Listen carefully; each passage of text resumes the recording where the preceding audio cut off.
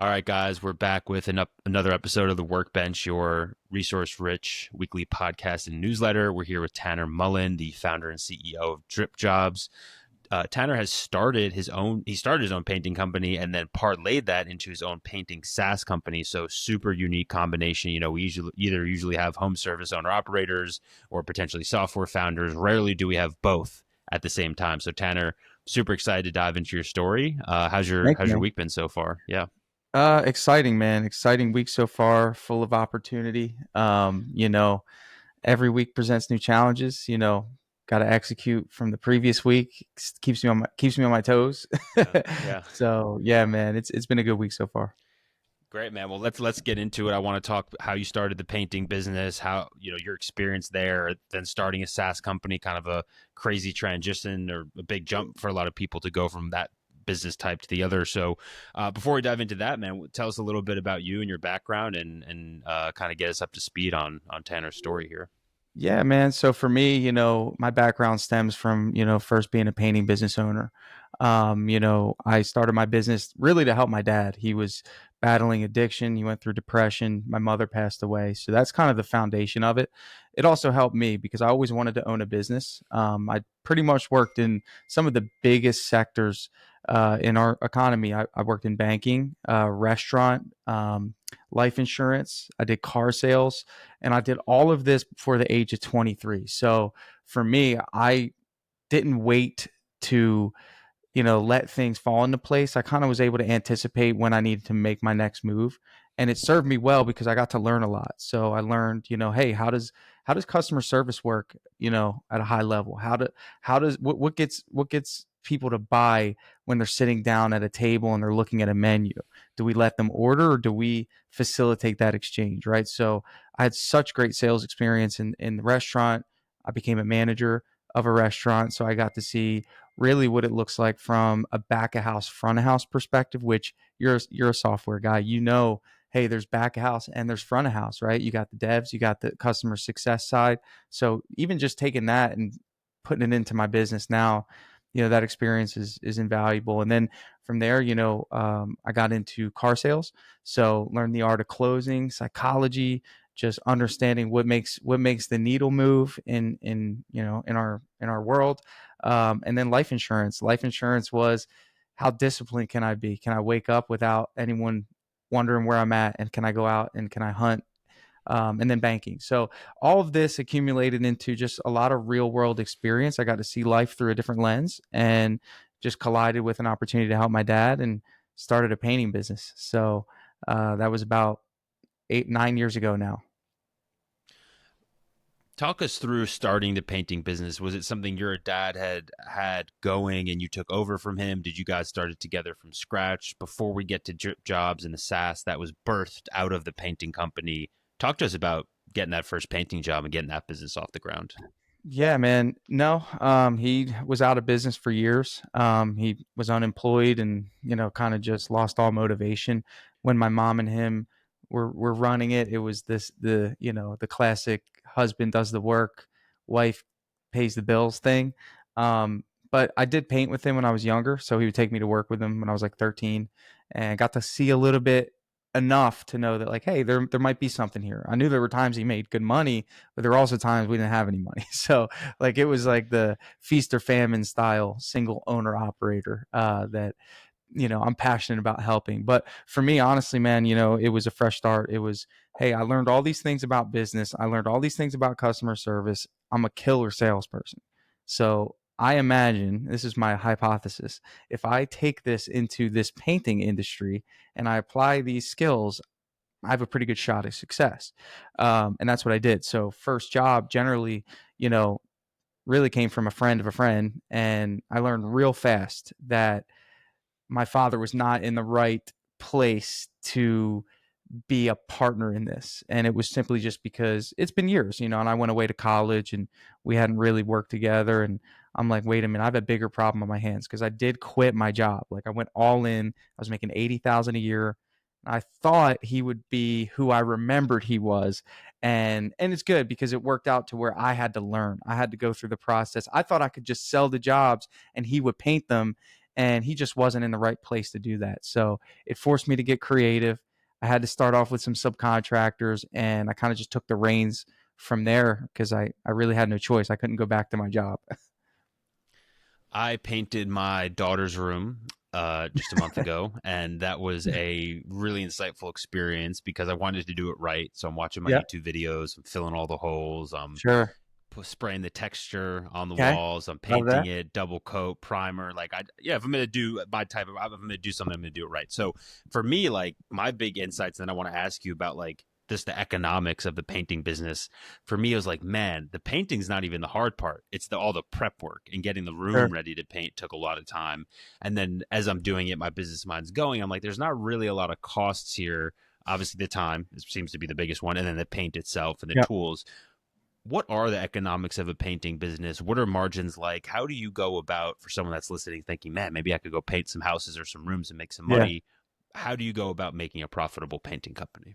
Yeah. Such a deep topic. Margins are phenomenal. Depends on what you paint, right? Cabinet coating companies margins are even more phenomenal because you only need about 3 gallons of paint to produce a quality cabinet job, right? 3 to 5.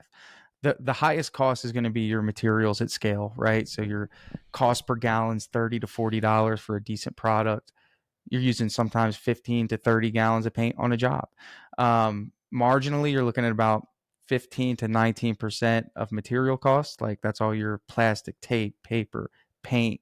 From there, labor is where a lot of companies lose their tails because if you have an employee based model, they're getting paid by the hour, and if they're slow, then those hours rack up. If you have a subcontractor based model, they're paid by the job, so the pressure's on them to get it done in a reasonable time. I run an employee based model. We run teams of 3. um, Generally speaking, we just find people that have a high standard of how they operate and don't need to be babysat. So yeah, I mean, marginally you're looking at about 35 to 45% in labor costs. So between that, you're looking at about, generally speaking, a 20 to 30%, gross profit on the low end. Um, on the high end, you might be at 40, 45%.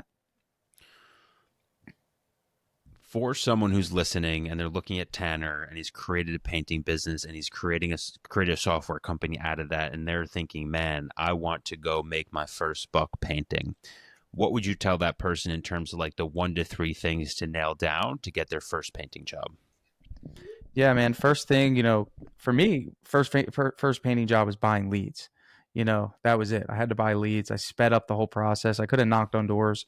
I could have, you know, probably done a lot more grassroots type of marketing to get started.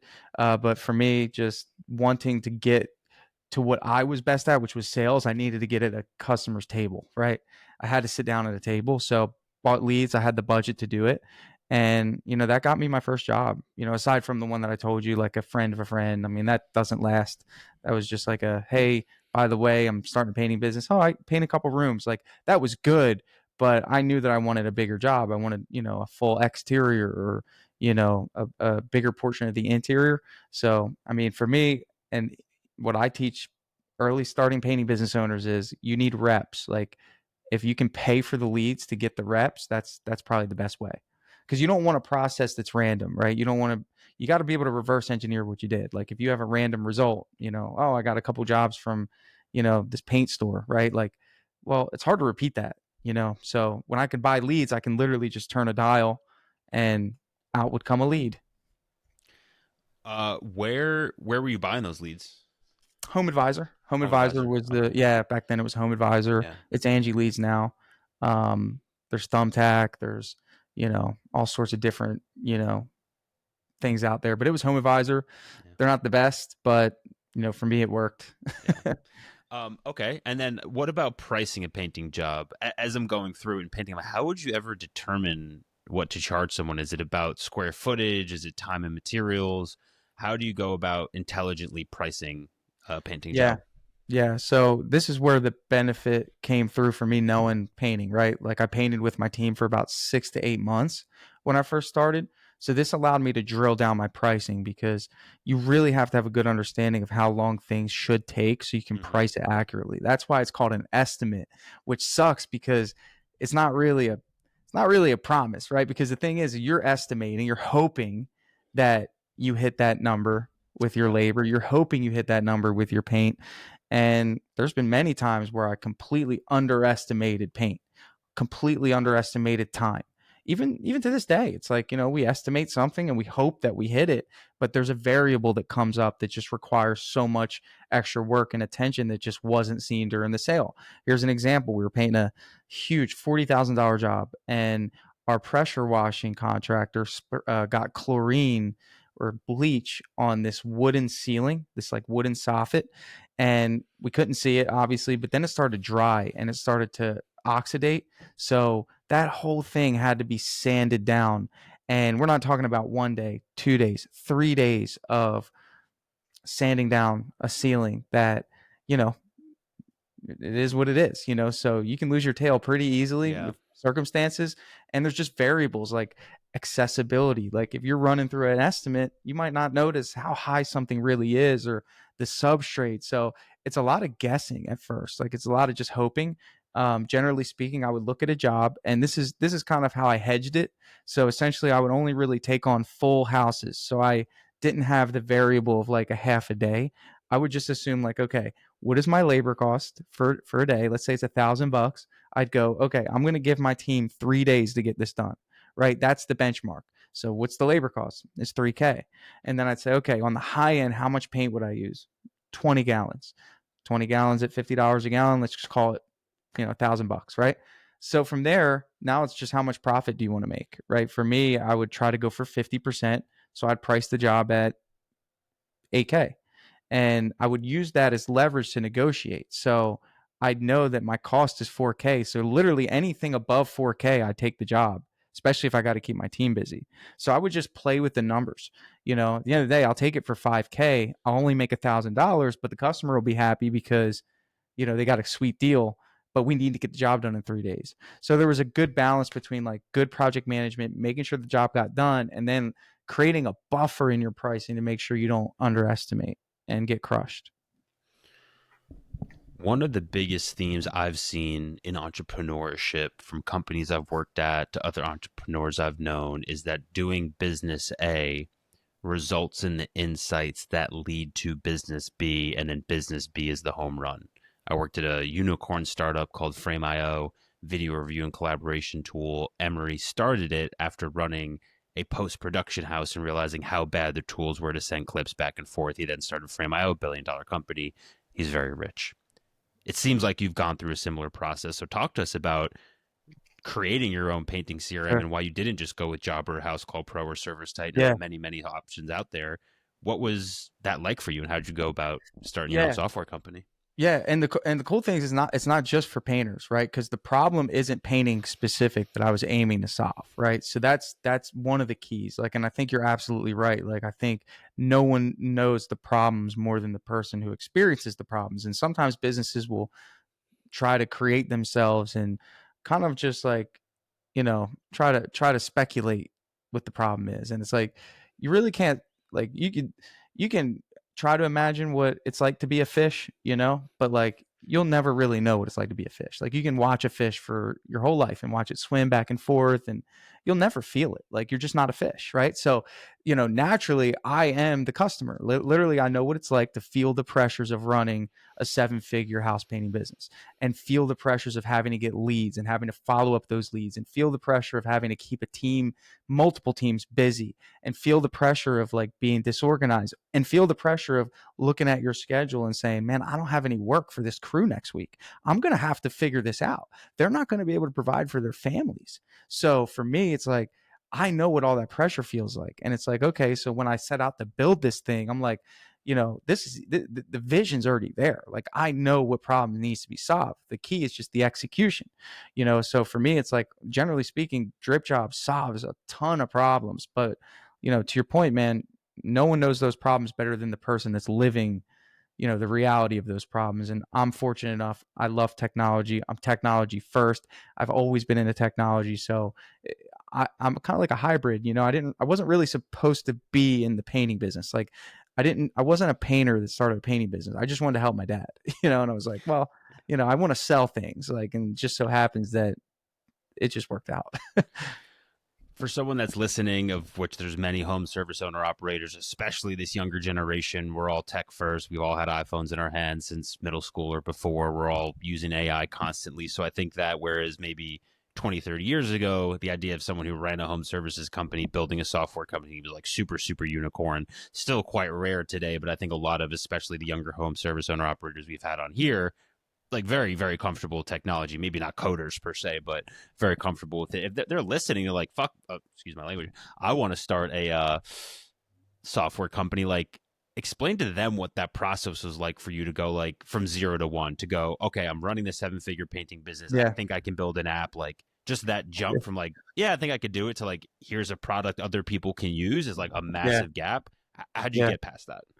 I had reps, right? So I had already built a tool that people were using, and I learned how to sell that tool, and I learned how to service that tool, right? Because if you have a software, you have to understand that it's software as a service. Service requires, you know, team, like helping someone, with bugs, issues, tasks, features. Like for me, I'm so driven by helping business owners. Like I love it. Like I love when people get illuminated by the thing that we built that helps them get from point A to point B. This is a real problem. There are businesses out there that completely struggle with their back end. So for me, it's like you really got to really care like about people. Like if you don't, then you're going to get frustrated between the bugs, the tasks, the issues, the complaints, all the things that come with it. So that's step one is like, is your why for doing it impact or is it money? And if it's money, I don't think money is a strong enough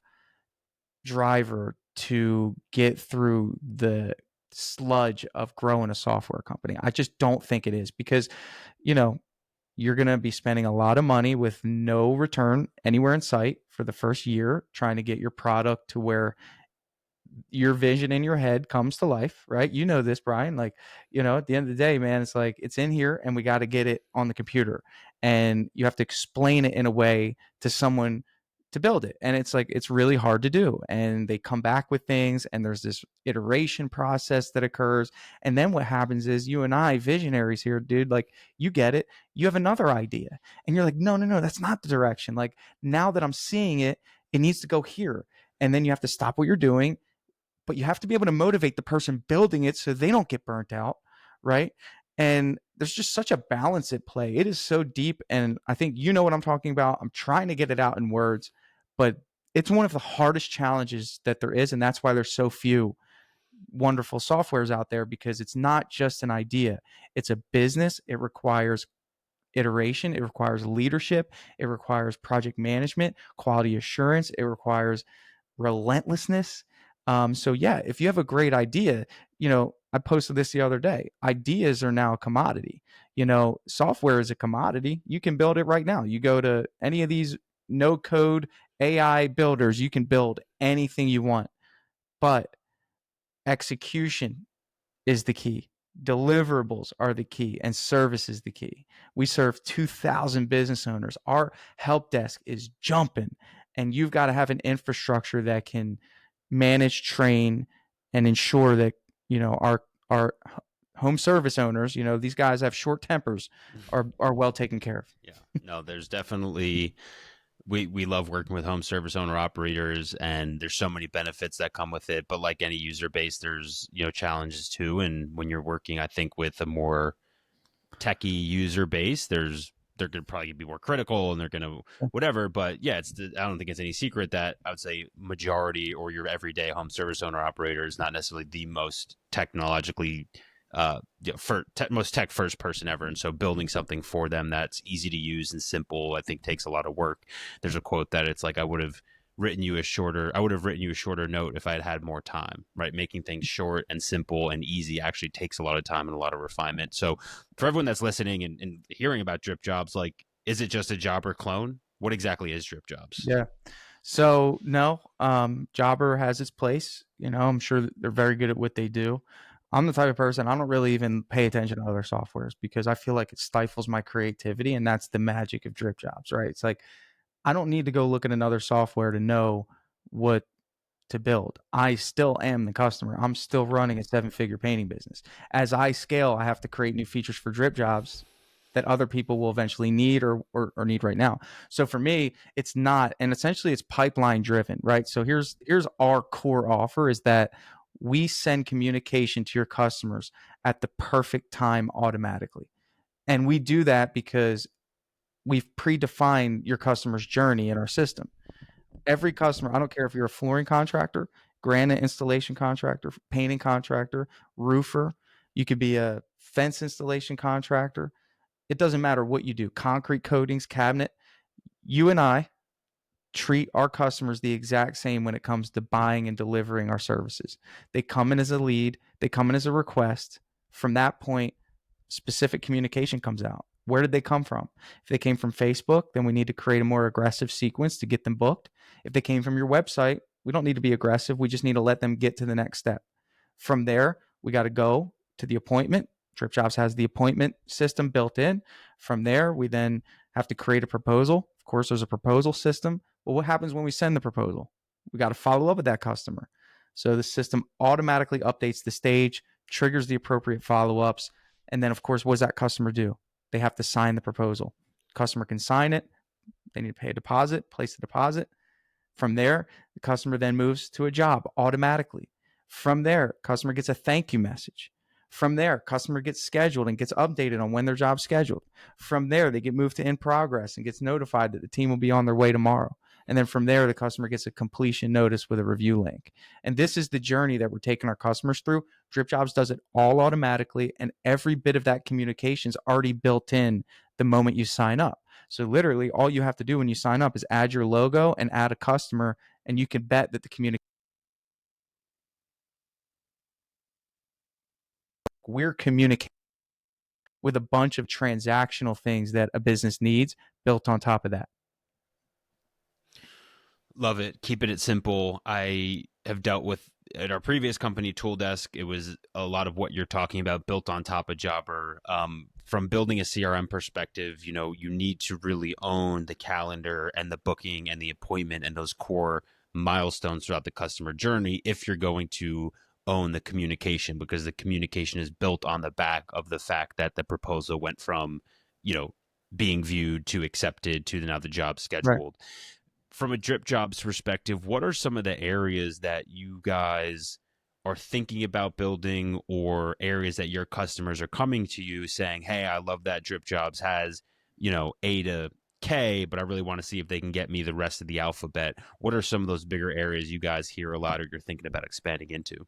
Yeah, I mean, our users, love that we're a quote unquote all in one application. I mean, I think for the majority of our users, like 80%, they don't want multiple apps. Then you have the high performers. These guys are hitting 5 million plus, and of course they want specialist apps that do specialist things, and they want DripJobs to integrate with that. So it's kind of finding a balance between, like, we've got to build for our core customer first, right? Like, we're not the company that's going to bend to the demands of, like, a guy that wants like this unique feature. It just can't happen. Like, and Mm-hmm. we don't build custom solutions, right? And that would Yeah. just kill our development team. So we have a roadmap. We post the roadmap right on our website. Everyone can see what's on our roadmap. Everyone can vote for their feature. And when we're having our product meetings, we just look at that. We go, what are people asking for, right? So that's fully public on dripjobs.com. But generally speaking, we knock them down, man. I think for us, our internal goal is speed and efficiency. Creating, we definitely need new applications, mobile applications. That's a big initiative of ours. And just really at this point, the biggest thing is speed and efficiency as we scale. The app gets bigger, things start breaking just because of the demand on the system. And just, we've built a lot of things. Like, we have a lot of features. So that's the biggest ask right now, is just efficiency, better data, better reporting, better metrics. And then, of course, the vanity features. We just released financing last week. So, financing's huge. Being able to just hit a button, customer sees what the payment will be. They go through a financing process. I mean, that's a huge feature people have been asking for years, and we got it done. So, one feature at a time, man. I think you know that better than anyone. The elephant in the room is two letters that people can't stop saying, which is AI. I'm clearly myself steeped in it daily. AI for home services with Lead Truffle. That aside, it's a hot topic. It's the hottest of topics. How is DripJobs thinking about AI, using AI? Do you care about AI? Is it something you're going to incorporate into the software? What is DripJobs' position on AI here in April 2025? Yeah, and what's interesting is our customers aren't asking for it, but I know that it's going to need to be in there and it's being built, right? You have to have it. If you don't have AI in your system, then you won't last, you really won't. But we're a communication first software, so you better believe that we're going to be leveraging AI to enhance that communication in a more personal way.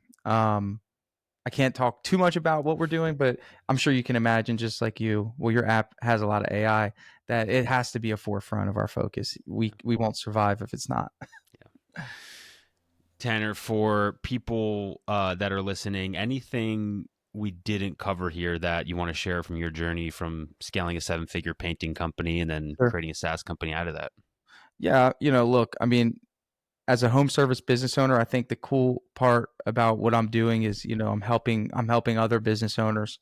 Um, if you're listening and you're apprehensive to get technology in your business, in the same way we just had a high level conversation about thinking about survival in businesses, AI, well, survival for you is at least a CRM, right? Like, and Bryan, I don't know how tapped in you are to, well, pretty tapped in, but just I don't know how often you run into contractors that don't have a CRM yet. It's amazing. It's one of those things that it's really hard to run your business without a CRM. So like for me, that was one of the first things I looked for when I started my business was a CRM, something to track my contacts, something to allow me to send invoices and update, important information. It just creates a better experience for us and my customers. So can't emphasize how important it is enough. And my mission is to put it in as many hands as possible. Tanner, thank you for coming on. For people that might want to trial DripJobs, make it their CRM, or just connect with you personally, where can people find you? DripJobs.com. That's the best way to support me in the mission. And you can email me, Tanner@DripJobs.com. If you have any feedback or, you got something out of this podcast. And yeah. All right, Tanner, thanks for coming on. Hey man, appreciate you.